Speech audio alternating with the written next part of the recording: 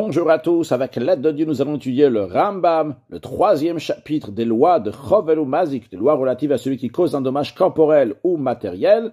Dans les chapitres précédents, on a appris que si un juif a blessé un autre juif, il doit lui payer 5 indemnités: le dommage, la souffrance, les frais médicaux, le chômage et l'humiliation. On a aussi appris comment on évalue le dommage, la souffrance, les frais médicaux et le chômage.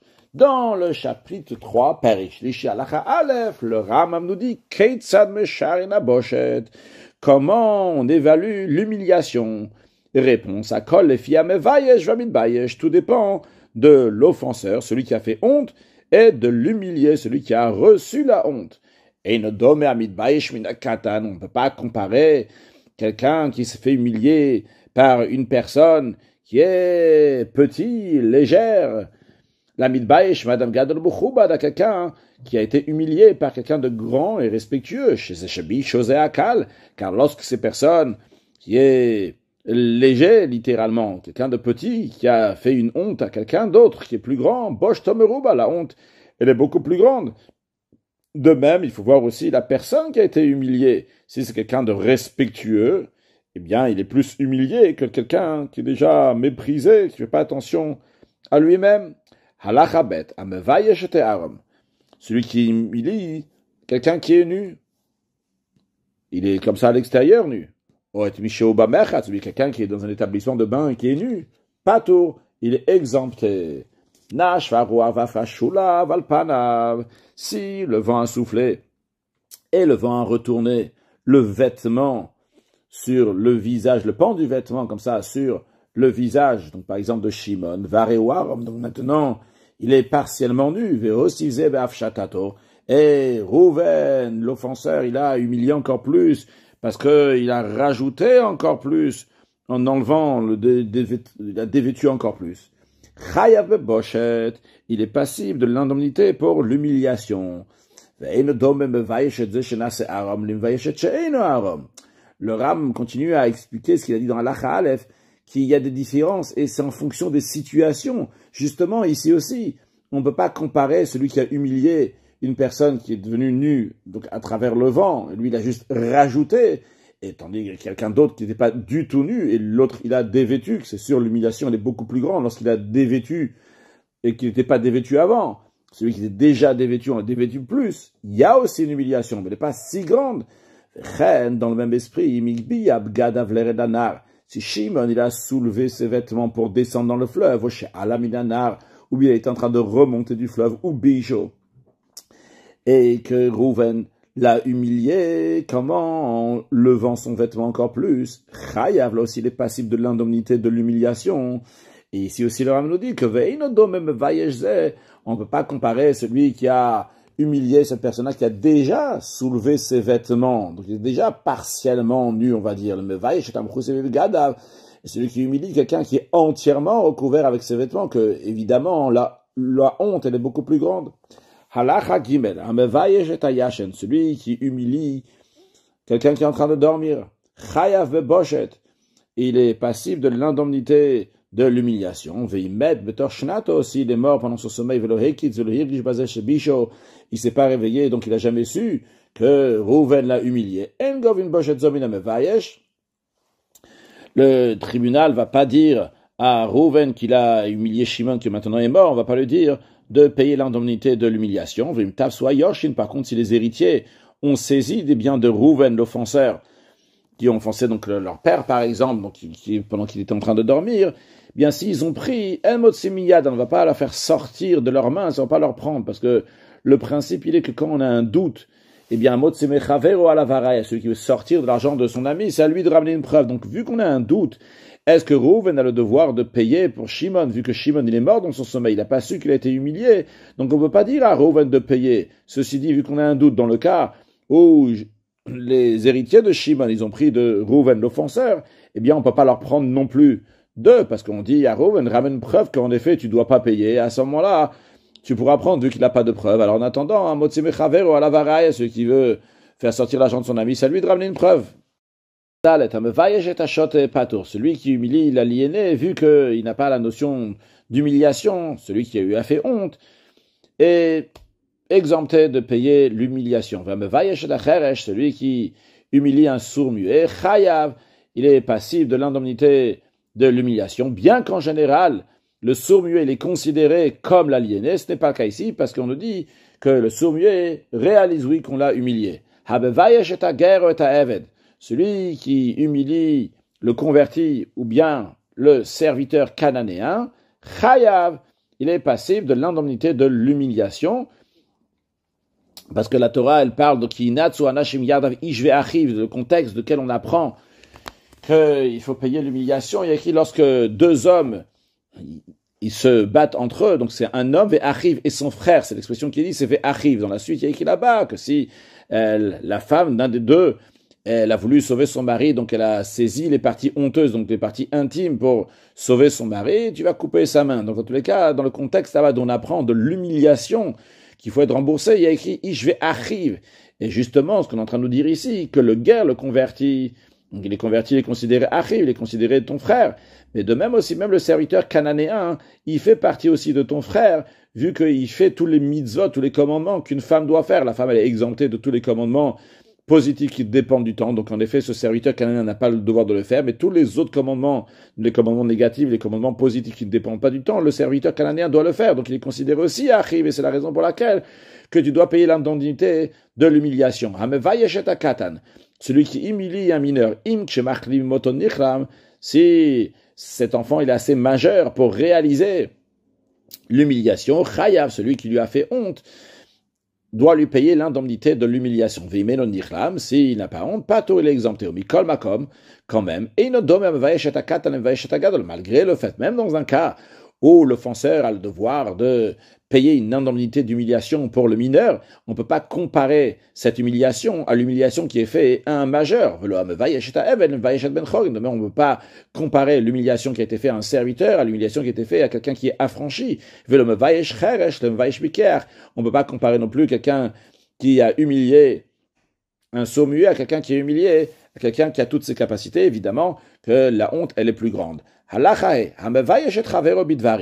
Celui qui humilie son ami verbalement.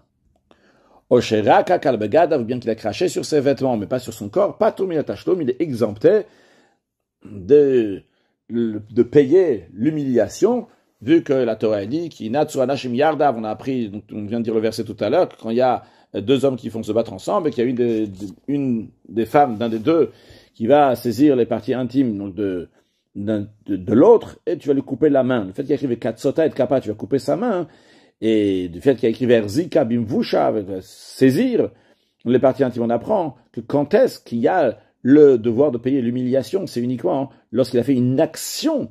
L'offenseur a fait une action dans la personne qu'il a humiliée. Dans le cas que cette femme-là, elle a humilié donc cet homme. Donc la même chose aussi ici. Il y a eu quelque chose de concret, de physique qui a été fait. Là, il y a l'humiliation. Si ça a été uniquement verbalement, ou bien qu'il a craché sur les vêtements et non pas sur le corps, à ce moment-là, donc il est exempté de payer. Malgré cela, le tribunal, ça lui appartient à mettre des barrières, de prendre des mesures nécessaires en la matière. Bechol makom ou bechol zman, à tout endroit, même en dehors d'Eretz Israël, à tout moment, à toute époque, Moshéiou, en fonction de ce qu'il voit, parce que dire quelque chose verbalement, blesser quelqu'un d'autre, l'humilier, c'est aussi très grave. S'il a humilié un érudit en Torah,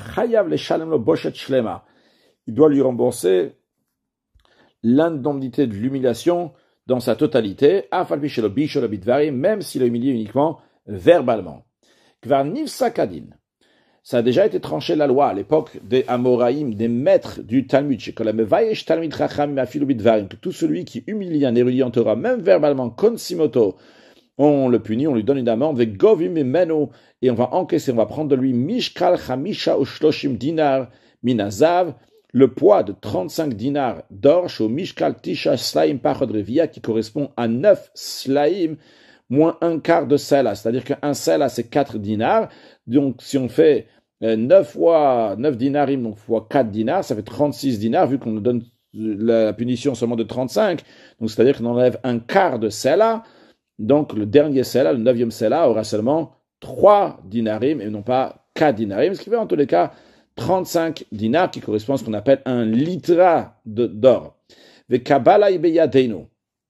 Comme ça, on a reçu chez Govin Knaz Bechol Makom que cette amende-là, on la donne et on la prend donc de celui qui a humilié l'érudit en Torah dans tout endroit, ben ba'aretz, ben bechutz ha'aretz, que ça soit en Eretz Israël, en Terre Sainte, ou que ça soit en dehors d'Eretz Israël. Et le Rambam dit dans la Chavav que Ma'asim hayu etzleinu tamid bekar bisfarad. Il y avait toujours des faits comme ça chez nous en Espagne, v'yesh talmid chacham shayu mochalim al zeh, certains érudits en Torah qui renonçaient, v'kachna elahem, et ça leur convient bien, v'yesh tovea, d'autres qui réclamaient, malgré qu'ils réclamaient, v'osim shara benem, finalement, donc ils faisaient un compromis avec la personne qui les avait humiliés, et bien que l'érudit en Torah lui-même, donc il renonce, ou bien il fait un compromis, mais avala dayanim, les juges, ayu omrim la mevaye, je disais toujours à l'offenseur, chayavat alitenod litazar, tu as le devoir de lui donner un litre d'or, donc qui correspond à 35 dinars en or. Halacha zayin, malgré le fait que celui qui fait honte à d'autres personnes, quand il y a d'autres personnes, c'est-à-dire à des gens qui ne sont pas érudits en Torah, c'est vrai qu'il est exempté de l'indemnité de l'humiliation. Malgré cela, avon gadolou, c'est une très grave faute. Qui est-ce qui insulte, qui injure comme ça le peuple, les gens, et leur fait honte? Elle a rachachoté uniquement quelqu'un qui est mécréant et qui est stupide. Les sages d'autrefois ont dit que tout celui qui fait honte, littéralement, qui fait blanchir, qui fait pâlir le visage d'un homme, on va dire, kacher, honorable, du peuple juif, barabim en public, il n'a pas de part dans le monde futur. Il y a beaucoup de coups que celui qui les a reçus, il a eu un mépris, une humiliation, il a eu une souffrance, mais c'est très peu. Il n'y a pas un endommagement. Donc, c'est-à-dire que la personne, quand on va la vendre au marché, ça va pas lui changer quelque chose si elle a reçu ce coup-là ou pas. Les sages ont déjà fixé des sommes d'argent fixes pour ces cas-là lorsque ça arrive. C'est-à-dire qu'on va pas à chaque fois évaluer, on va dire, ah, lui, il a eu tant de souffrance dans ce coup, lui, il a eu tant de honte, d'humiliation dans ce coup-là. Non, les sages, ils ont dit, voilà, il va payer tant, quand même, tous ceux qui vont frapper un coup, comme on va voir dans la suite dans la tête, un certain coup comme ça, mais Shalem Oto Abamonakatsu, il va payer cette somme d'argent qui est fixe. Tous ces paiements-là sont des amendes. Le principe d'une amende, c'est qu'on ne paye pas la valeur de l'endommagement, mais on paye une somme d'argent. Quelqu'un il a endommagé 10 euros, il paye 50, ça c'est un clin, c'est une amende, ça n'a aucun rapport avec ce qu'il a fait, aucun rapport. C'est lui, ce qu'il a endommagé, seulement 10 euros. Le Ram nous dit que Oto Abamonakatsu, et cet argent qui a été fixé donc par les sages, ou de Meyatsar va Boshet Vari Privachevet, ça va inclure l'argent d'une souffrance, d'une humiliation, des frais médicaux et du chômage, s'il y en a, c'est-à-dire Ben Sarich les fois Vachevet, que ça soit que la personne, la victime, va avoir besoin des frais médicaux et du chômage, Ben Lotsarech, ou bien qu'il n'a pas besoin des frais médicaux et du chômage, quoi qu'il arrive, Kazé ou Meshalem, il payera cette somme-là. Donc cette somme, elle inclut tout. Il n'y a pas besoin à chaque fois d'aller évaluer et faire des calculs. Quoi qu'il arrive, on dira, ça, c'est la somme qu'il doit payer s'il a fait telle et telle chose. Quelles sont ces telle et telle choses? Quels sont ces coûts-là à la tête? Combien il paye? Celui qui donne à son ami un coup de pied, il paye 5 slaim. Ikao Barkuvato, s'il a donné un coup de genou, il payera 3 slaim. S'il a rassemblé ses doigts comme quelqu'un qui prend un bouquet dans sa main, donc en autre mot, il fait un point, il lui donner un coup avec sa main lorsqu'elle est en point, donc donner un coup de poing, mais il va payer 13 celle-là, dans cette frappe-là, donc l'humiliation est encore plus grande. Takat Ravero Bekapo, si il a frappé son ami donc avec la paume de sa main sur son corps, mais Shalom Sela, il paye à l'autre un Sela, Staro Alpanav, si il lui a donné une gifle avec la paume de sa main, mais Shalom Chamishim Sta, il va payer 50 Sela, Staro Be'acha Yad aussi, il lui a donné une gifle avec le revers de sa main, mais Shalom Mea Sela, il va payer 100 Sela. Vechenim Tsaram Be'ozno, de même si il a tordu son oreille a enflé, au talash bisar, ou bien qu'il a arraché ses cheveux, au sherakak vegiar bisar, ou bien qu'il a craché, et ça atteint sa chair, donc pas juste ses vêtements, mais sa chair, au shever talit omeala, ou bien qu'il lui a enlevé son vêtement, le vêtement extérieur, même s'il lui reste un vêtement en dessous, au shepara rosh aisha, ou bien qu'il a découvert la tête de la femme, que la tête et ses cheveux sont couverts, eh bien, tous ces cas-là, Meshalem Mea Sela, il va payer 100 Sela. Vekazeo Meshalem Akol Maase ou Maase. Tel le montant qu'il faut payer pour chaque acte séparément. Keitzad, comment ça? Kigon, Shebad Bachavero Abba Beitot, par exemple, s'il a donné 4 coups de pied à son ami. A Philosochazo, même si c'était l'un après l'autre. On dit pas, on fait un pack Gilles comme ça, il va payer une seule fois 5 Sela pour un coup de pied. Non, il a donné 4, Meshalem Esim Sela, Meshalem Esim Sela, il va payer 20 Sela. Staro al Panam Shtestirot, c'est, il lui a donné 2 gifles avec la paume de sa main, donc pas avec le revers, mais avec la paume de la main. Eh bien, Meshalem Mea Sela, il va payer 100 Sela, 50 et 50, Meshalem de même pour le reste. Halacha Yud Kol, Eilu Slaim, tous ces Slaim qu'on vient de mentionner dans la tête, Mikesef Eretz Israël Boto Azman, c'est l'argent d'Eretz Israël à l'époque, donc de l'époque de la Mishnah, lorsqu'ils ont fait ces sommes-là qu'il faut payer. Shaya Bechol Sela, à cette époque-là, dans chaque Sela, un Sela on rappelle c'est 4 dinars, dans chaque Sela il y avait Chatsi dinar Kesef, il y avait seulement un demi-dinar qui était en argent. Shlosha dinarim omer sanechosh, et les 3,5 dinarim qui restaient dans le Sela, c'était en cuivre. Donc, en effet, il y avait un certain poids, mais ce poids-là, donc, il est un poids de 4 dinarim. C'était pas 4 dinarim qui étaient des 4 dinarim d'argent ou 4 dinarim d'or. C'était seulement un huitième. Dans le sel, il y avait seulement un huitième d'argent, donc un demi-dinar en argent. Et tout le reste, c'était en cuivre. Les firar, c'est la raison pour laquelle Mishinet Traïv Bakotel ou les Shalamé Sela. Celui qui a donné des coups et qui doit donner 100 Sela. Combien il va donner d'argent pur, ça correspondra seulement à 12,5 Sela en argent, donc ça c'est le huitième de 100 Slaim, le reste il donnera en cuivre. Halacha Yudalef, Bamed, Varema Morim, quel cas s'applique, donc on a dit dans Halacha tête, que telle somme et telle somme il faut donner pour telle et telle chose, c'est Bimuchubal, il s'agit donc de quelqu'un qui est respectueux et qui se respecte, Adam Shomuvuz, mais quelqu'un qui est méprisable, et que son humiliation ne vaut pas grand-chose, que lui, il ne fait pas attention à toutes ces choses-là aussi similaires à cela. Et il prendra uniquement en fonction de ce qui convient par rapport à l'humiliation qu'il a eue, comme on a dit dans l'Acha Aleph. C'est quand le fiam vayesh va mitbayesh, en fonction de la personne aussi qui est humiliée, combien ça l'a humilié. Donc le tribunal va juger, va voir par rapport à cette personne-là combien il convient qu'il va prendre les fichiers, parce qu'il y a des gens qui sont littéralement sales, donc méprisables, qui font pas attention à leur humiliation, que eux-mêmes toute la journée, ils s'humilient, dans toutes sortes d'humiliations, dans un esprit de plaisanterie, de frivolité, même pour prendre une pièce des farceurs qui jouent avec eux, et ils vont faire toutes sortes de choses. Et donc, ils font pas attention à eux-mêmes, donc évidemment, leur humiliation compte beaucoup moins cher. Conclure avec une histoire chassidique.